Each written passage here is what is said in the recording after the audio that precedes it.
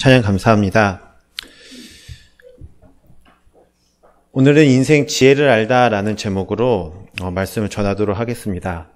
오늘 말씀을 본문을 보면은 전도서 7장을 보면 지혜로운 삶과 어리석은 삶에 대한 특징에 대해서 비유적으로 이야기하는 것을 우리가 볼 수 있습니다. 그리고 오늘 본문은 6장 10절에서 7장 14절까지입니다. 근데 읽기에 좀 너무 길고 긴 장인 것 같아서 저희가 4절까지 읽었는데 14절까지다 생각을 하고 우리가 말씀에 좀 더 집중하며 나아가면 좋을 것 같습니다. 우리는 인생을 살다 보면 낙천주의자냐 현실주의자냐라는 것을 좀 이야기하면서 서로의 가치관을 놓고 서로의 정체성을 놓고 이야기하는 것 같습니다. 우리가 살다 보면은 긍정적으로 살게 되는 거 되게 좋은 것 같은데 또 내 삶이 녹록치 않고 내 삶이 여유롭지 않기 때문에 현실주의적으로 현실을 바라보며 사는 게 좀 내 삶의 가운데 지혜롭지 않나라는 생각을 할 때가 되게 많이 있습니다. 저는 낙천주의자일까요? 현실주의자일까요?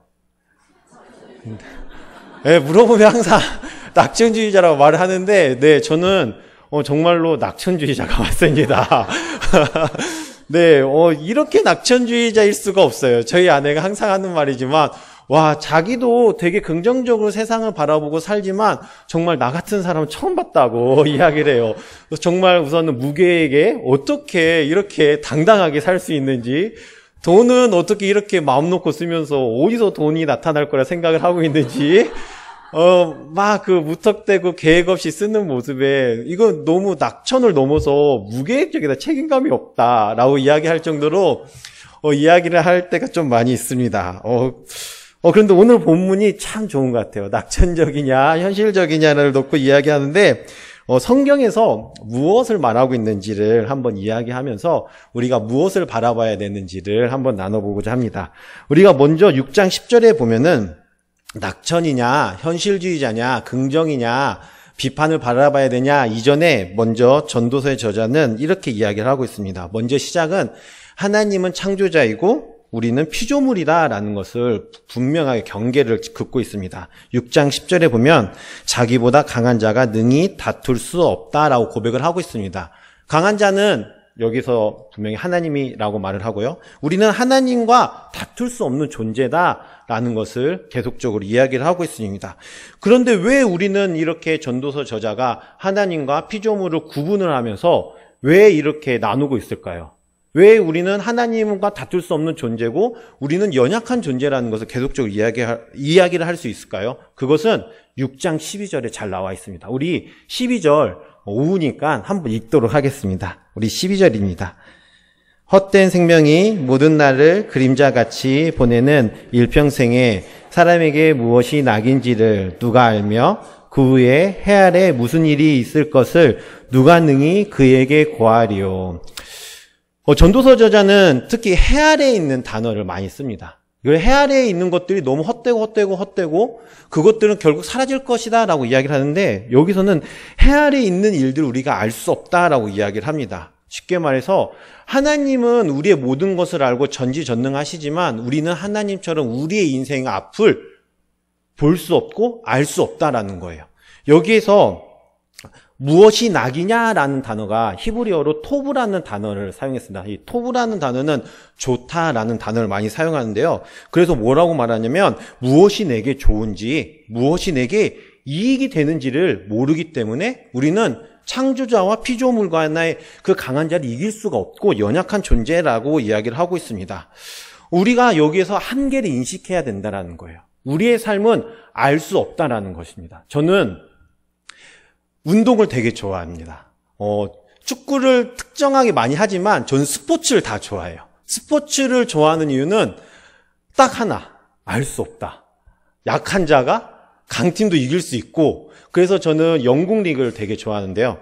그렇게 스포츠를 좋아하는데 이 스포츠의 매력은 제가 응원하는 팀이 지면은 좋지가 않아요. 기분이 나빠요. 그런데 제가 이기고 있는 팀이 이기고 있을 때 게임을 보는 건 즐겁지만 그게 스포츠의 정의와 스포츠의 정체성은 아니지 않습니까? 스포츠는 다른 의미가 있는 것입니다. 이렇듯 7장의 주제도 오늘 제가 방금 예를 들은 내용과 비슷하다고 생각이 되어집니다. 우리가 아무것도 알 수 없다라는 것입니다. 근데 그 알 수 없는 속에서 우리가 추구해야 될 게 있다라는 거죠. 우리가 다 잘 살고 싶고 긍정적으로 살고 싶고 모든 것을 형통하게 살고 싶은데 그렇게 살기 위해서 우리가 어떻게 해야 되는지를 알 수 없다라는 거예요. 그런데 오늘 이 전도서 저자는 여기에서 우리의 삶 가운데 먼저 큰 그림을 그려보고 그 큰 그림의 정체성을 알아간 다음에 조그만한 재미와 즐거움을 누릴 때 우리가 참 기쁨과 참 즐거움을 누릴 수 있다라는 것을 오늘 본문에서 말하고 있다고 생각이 되어집니다. 그래서 전도서는 무엇보다 우리가 낙관적이냐 비관적이냐라고 이야기를 하고 있다고 생각이 되어집니다. 오늘 7장 1절에 보면은 이렇게 이야기하고 있습니다. 우리 1장 2절, 7장 1절과 2절을 다 같이 읽도록 하겠습니다. 좋은 이름이 좋은 기름보다 낫고 죽은 날이 출생하는 날보다 나으며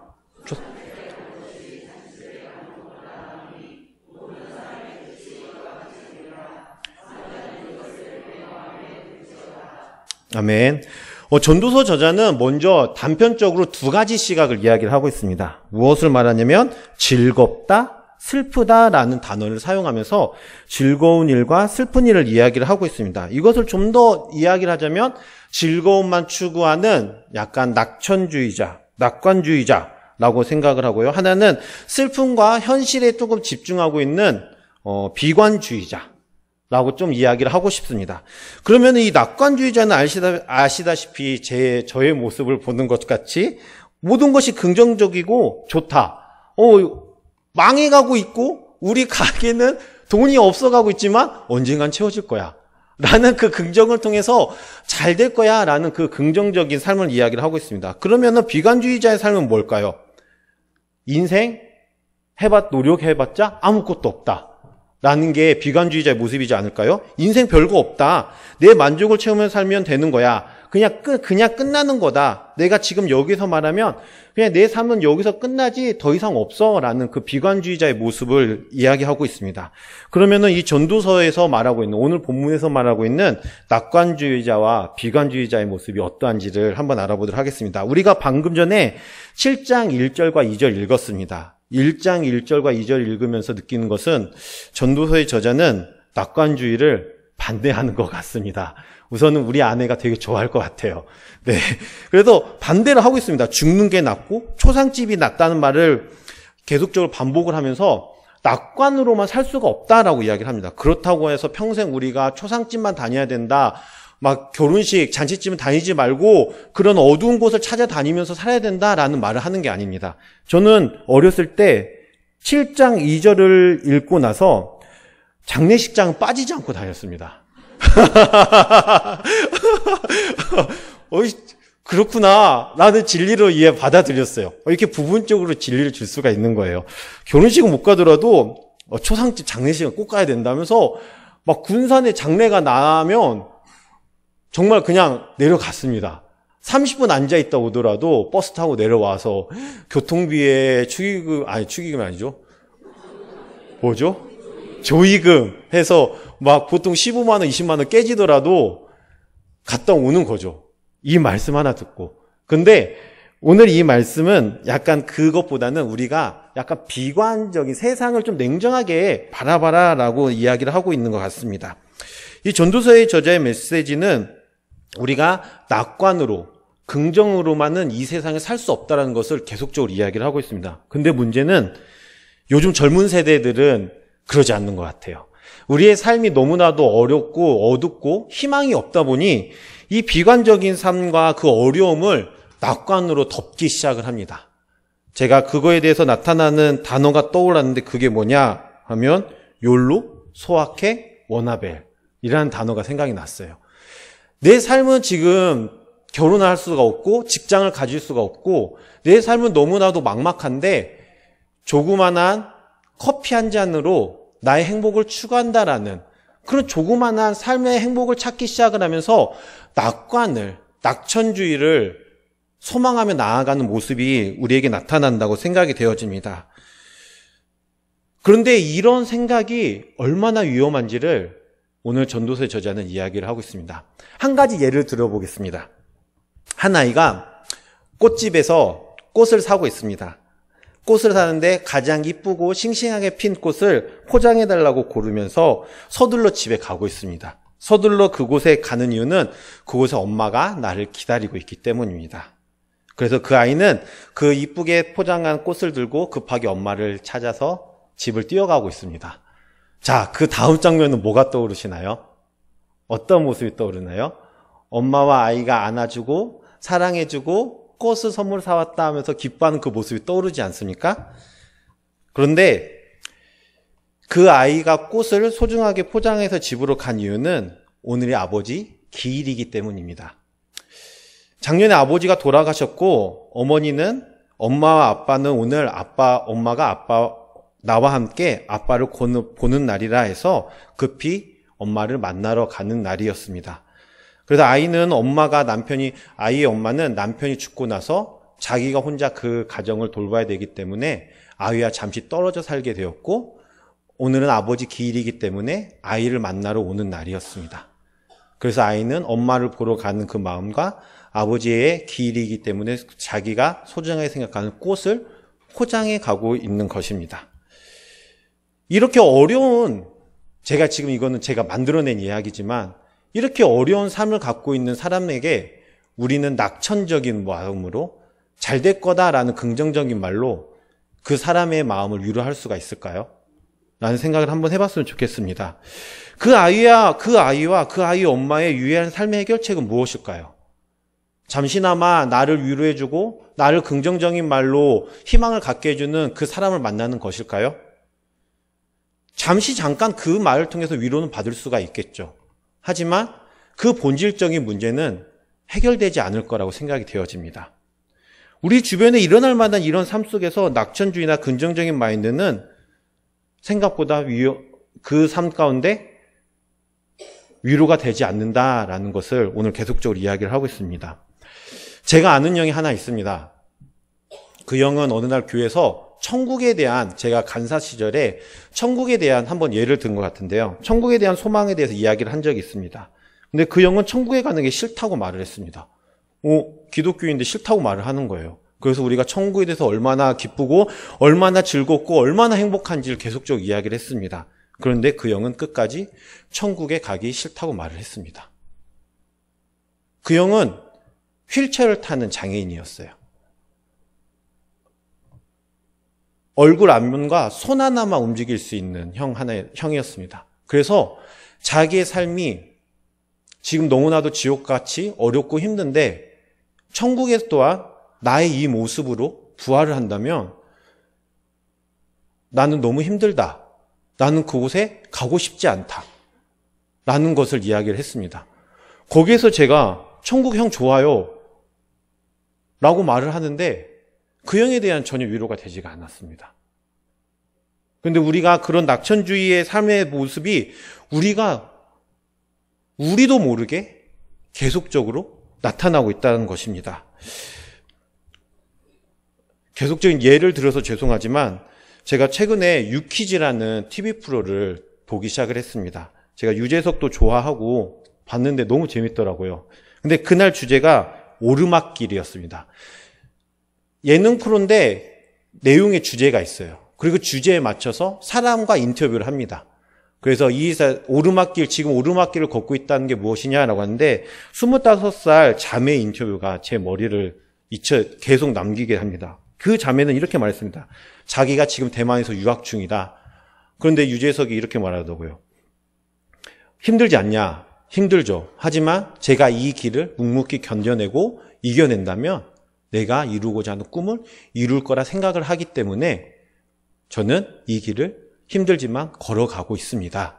라고 이야기를 합니다. 이게 우리 젊은 시대의 모습들이라고 생각이 되어집니다. 묵묵히 이 고난을 이기고 견뎌내면 소망이 찾아올 것이다 라는 것을 이야기를 하고 있습니다.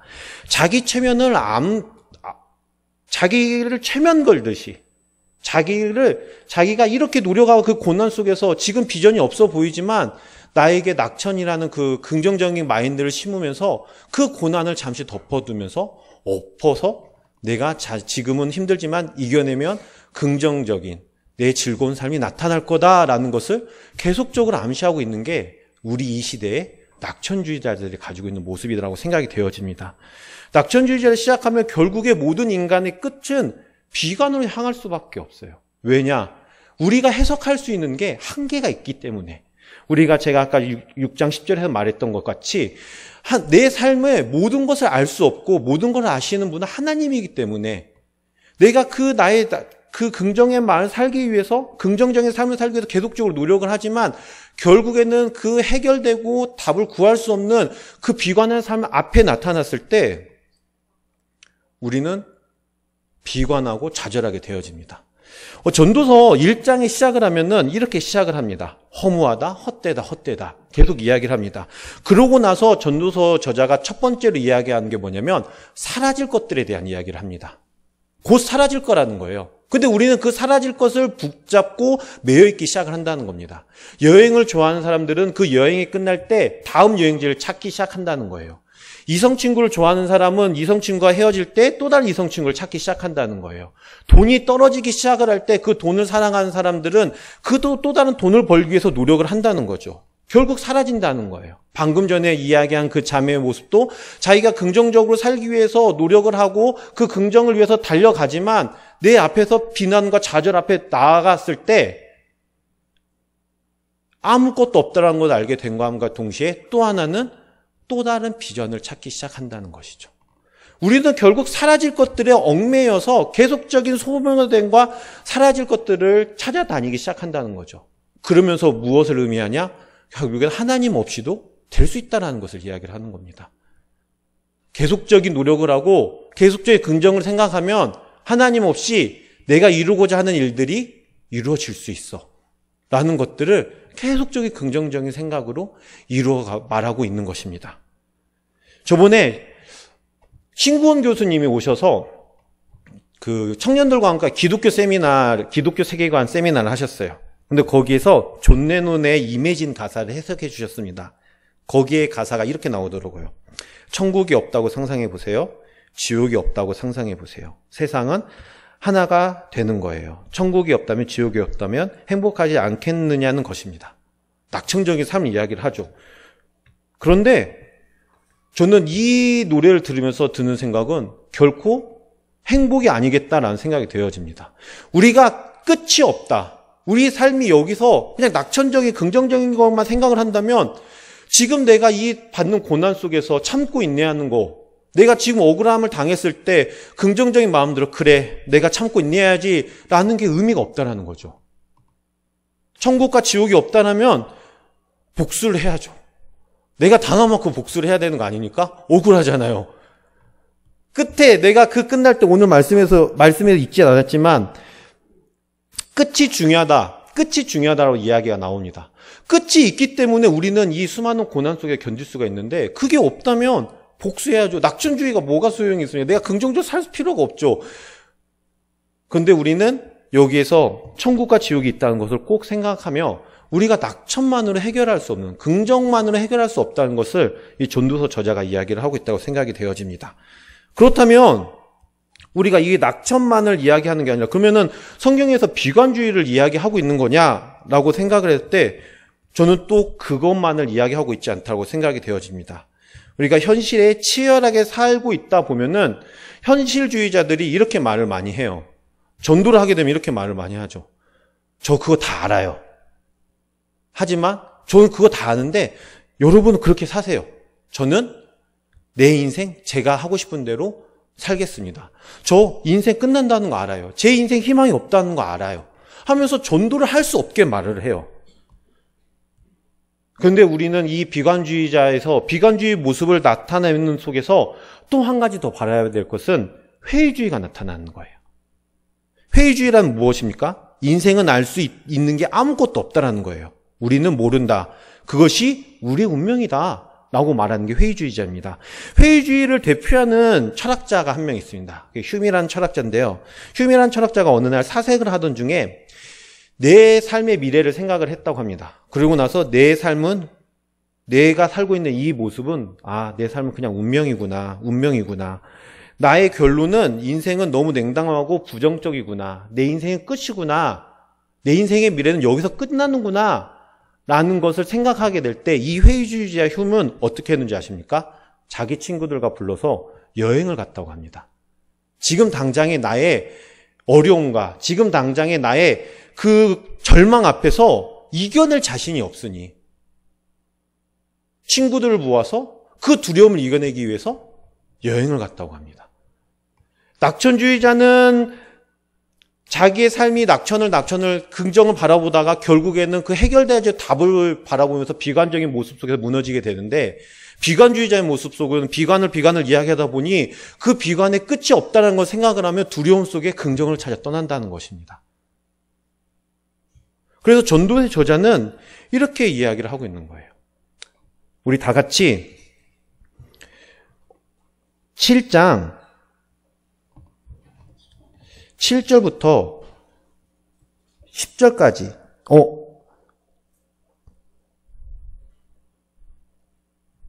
죄송합니다.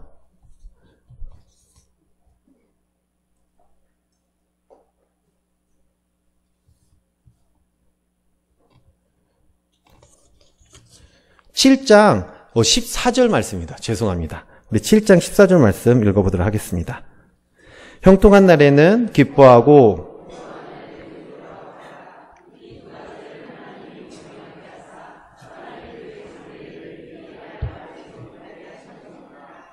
네, 아멘.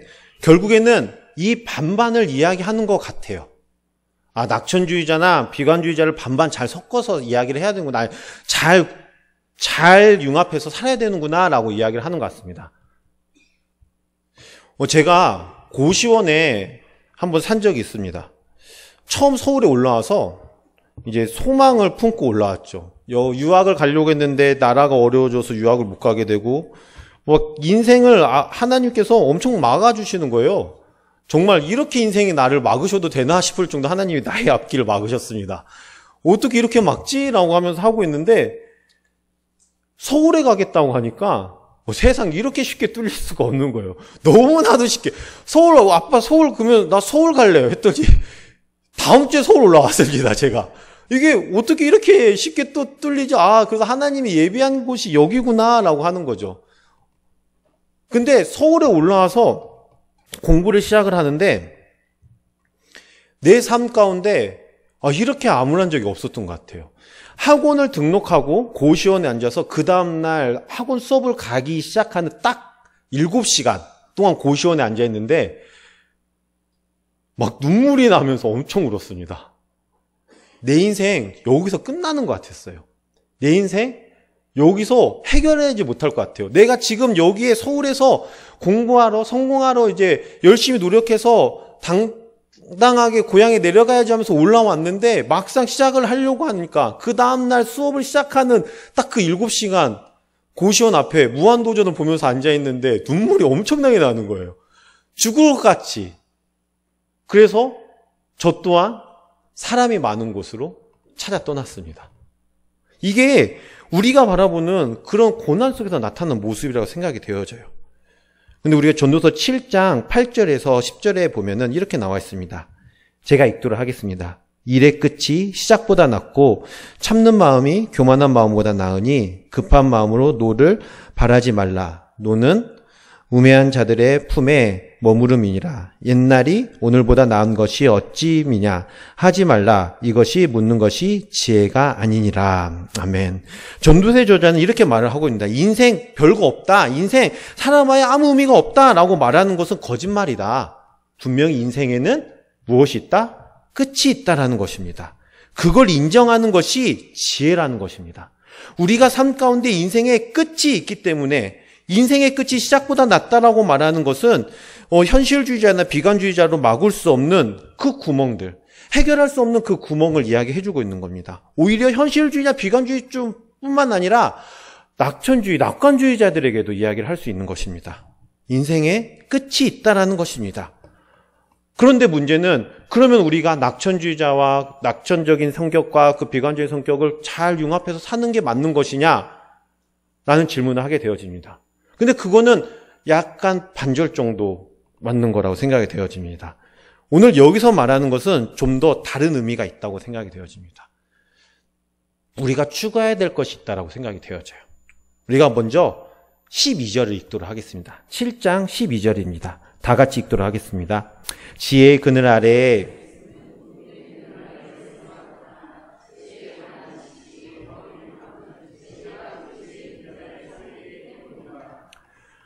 아멘. 우리 청년부들은 요즘 셀 모임을 하는데 셀 모임을 통해서 하고 있는 게 기독교 세계관에 대한 이야기입니다.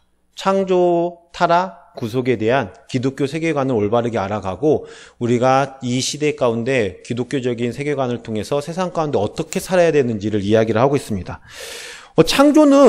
첫 번째 창조는 이겁니다. 세상의 원래 모습인 영원한 낙관의 세계. 하나님이 계시는 그 완전한 세계를 회복해야 된다는 것을 이야기하고 있습니다. 근데 타락은 무엇입니까? 그 완전한 세계가 깨지고 불완전하고 우리가 비관의 극단으로 가고 있는 게 타락의 개념입니다. 그래서 성경은 여기서 다시 질문을 하고 있는 것이죠.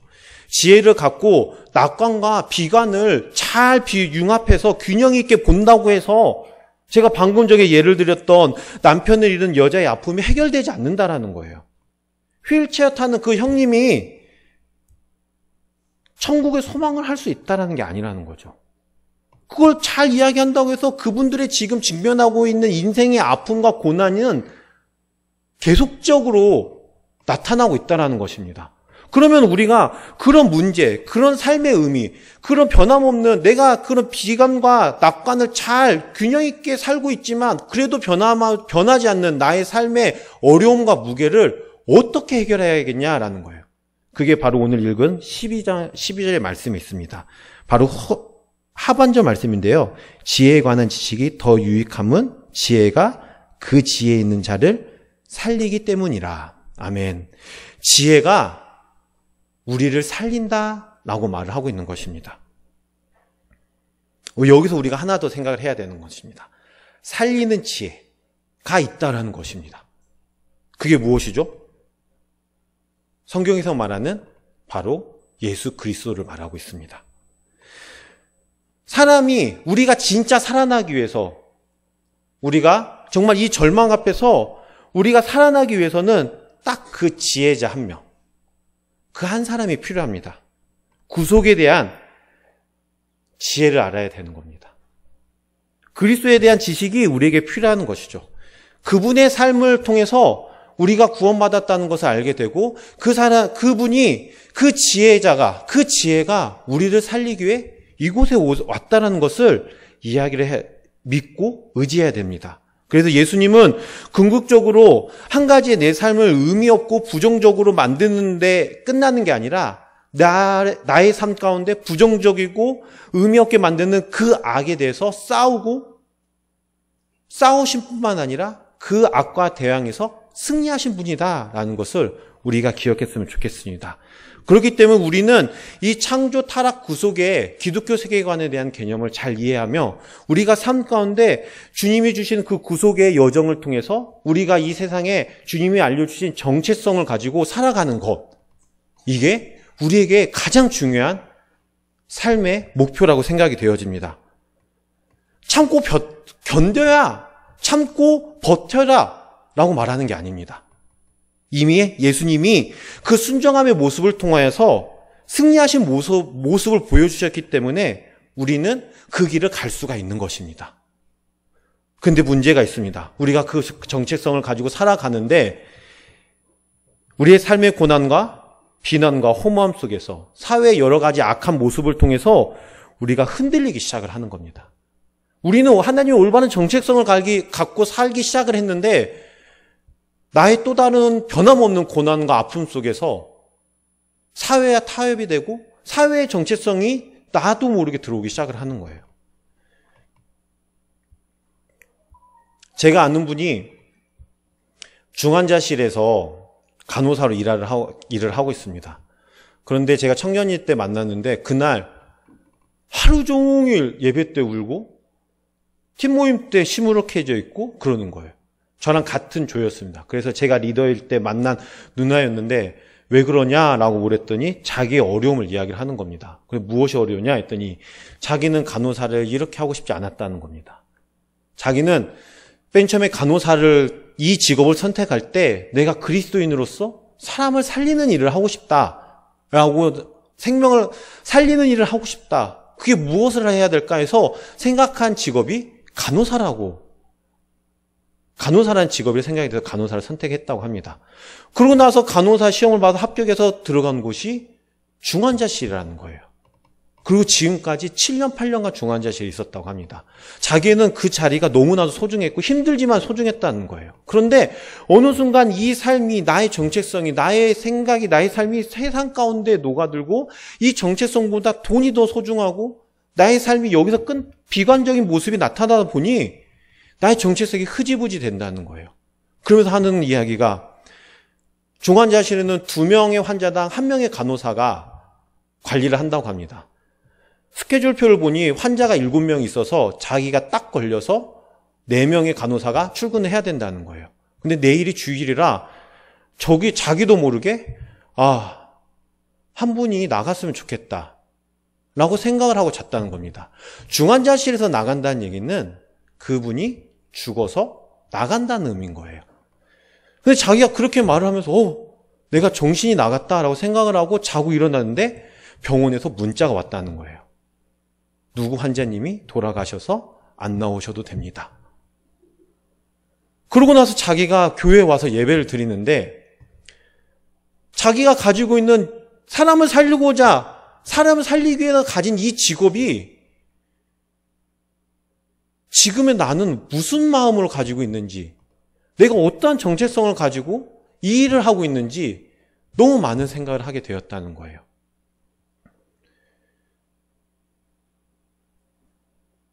우리는 이러한 나의 삶 속에, 나의 생각 속에 정체성이 흔들리는 경험을 계속적으로 하고 있습니다.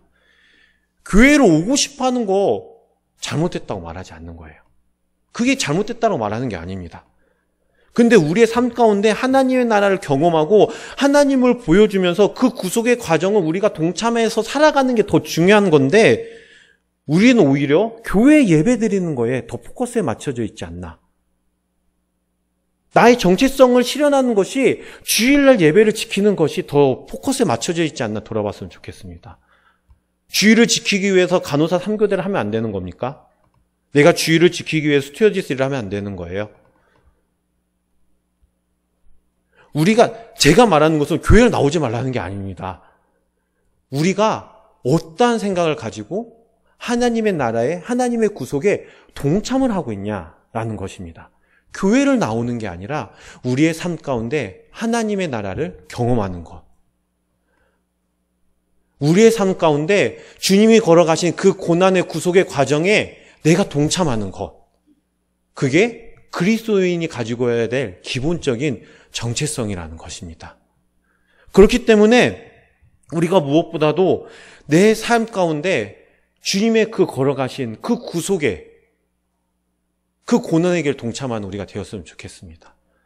내 삶이 변하지 않아요. 제가 예를 들었던 남편의 일은 아내의 위로가 되지 않습니다. 내 삶이 지금 너무나도 닭짝 같은 그 고시원에 갇혀서, 닭짝 같은 그 도서관에 갇혀서 공부하고 있는데 변하지가 않는다는 거예요. 그런데 여기서 끝나지가 않는다는 거죠.